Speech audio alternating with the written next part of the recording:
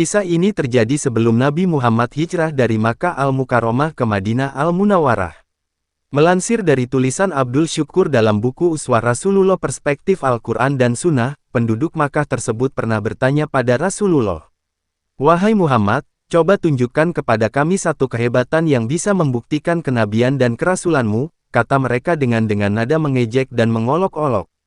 Nabi Muhammad bertanya, "Apa yang kalian inginkan?" Mereka menjawab, "Coba belah bulan." Maka Nabi Muhammad pun berdiri dan terdiam, lalu berdoa kepada Allah agar menolongnya. Kemudian atas izin Allah, Nabi Muhammad mendapat perintah darinya agar mengarahkan telunjuknya ke bulan. Nabi Muhammad pun mengarahkan telunjuknya ke bulan. Hasilnya, bulan pun terbelah setelah ditunjuk oleh Nabi Muhammad tersebut. Menyaksikan itu dengan mata kepala mereka sendiri, orang-orang musyrik itu seketika berujar, "Muhammad, kamu benar-benar telah menyihir kami." Mereka kemudian sepakat untuk menunggu orang-orang yang akan pulang dari perjalanan, sebab mereka tidak sedang berada di tempat yang sama dengan orang musyrik yang menyaksikan kejadian bulan terbelah tersebut. Penduduk Makkah dari kaum Quraisy itu pun bergegas menuju keluar batas kota Makkah untuk menanti penduduk lain.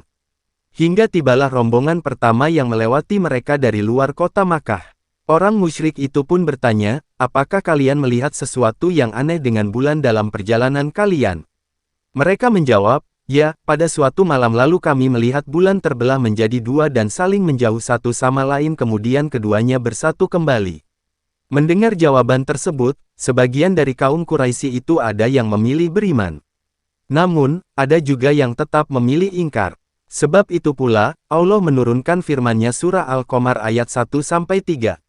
Hari kiamat makin dekat dan bulan terbelah. Jika mereka kaum musyrik Makkah melihat suatu tanda, mukjizat, mereka berpaling dan berkata, "Ini adalah sihir yang terus-menerus."